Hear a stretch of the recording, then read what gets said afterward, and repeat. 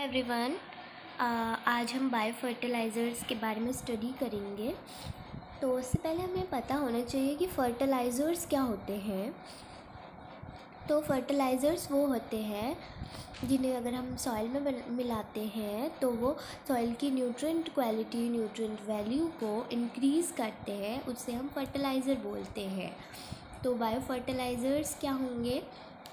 ऐसे organism, micro organism जिनको हम सॉइल में ऐड करेंगे तो वो सॉइल की न्यूट्रिएंट अवेलेबिलिटी को बढ़ा देंगे।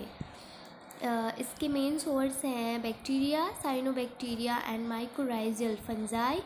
इन सब की हेल्प से हम जो सॉइल की फर्टिलिटी है उसको इंक्रीज़ करेंगे।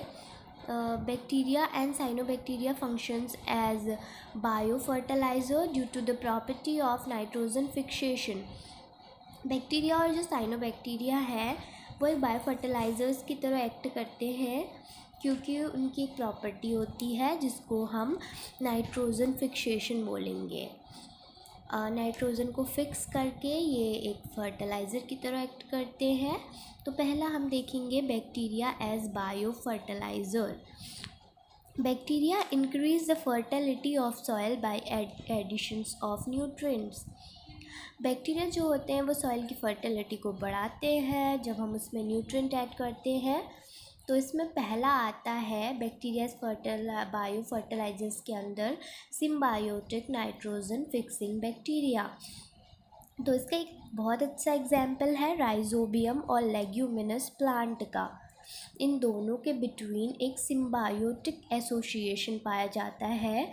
जैसे हम देखेंगे ये एक लेग्यूमिनस प्लांट है, लेग्यूमिनेसी फैमिली का, और ये इसकी रूट्स हैं। नीचे जो ये है ये इसकी रूट्स हैं और यहाँ पे ये रूट नोड्यूल्स हैं। रूट नोड्यूल्स बने हुए हैं, इसमें बहुत सारे रूट नोड्यूल्स पाए जाते हैं।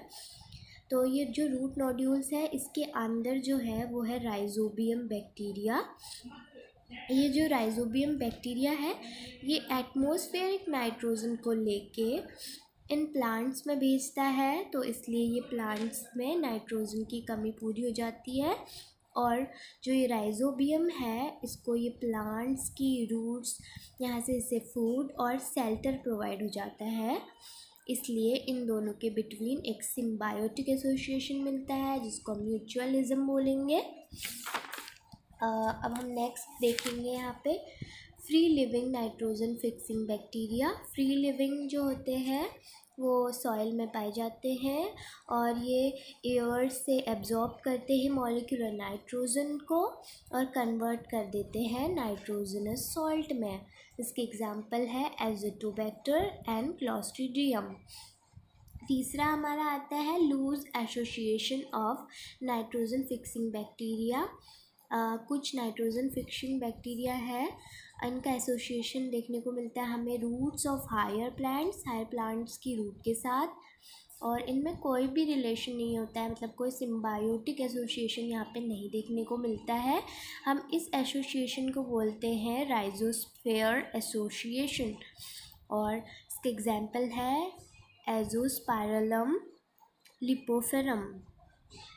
अब नेक्स्ट हम देखेंगे दूसरा, पहला हमने देखा था बैक्टीरिया एज बायो फर्टिलाइज़र, दूसरा हम देखेंगे साइनोबैक्टीरिया एज बायो फर्टिलाइज़र्स। तो इसमें पहला आता है symbiotic nitrogen fixing cyanobacteria forms symbiotic association with.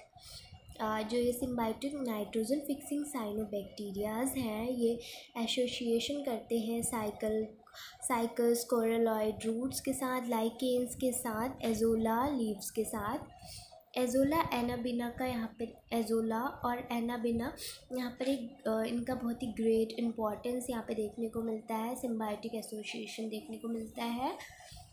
और इसमें भी दूसरा आता है फ्री लिविंग नाइट्रोजन फिक्सिंग।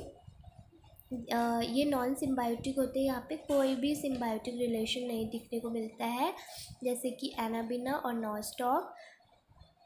और ये नाइट्रोजन फिक्सेशन और फोटोसिंथेसिस में ये कंबाइन होते हैं और add organic matter as well as extra nitrogen to the soil. इनकी हेल्प से एक्स्ट्रा नाइट्रोजन और ऑर्गेनिक मैटर हमें सॉइल में देखने को मिलता है, तो ऐसे ये सॉइल की फर्टिलिटी को इंक्रीज़ करते हैं। Thank you.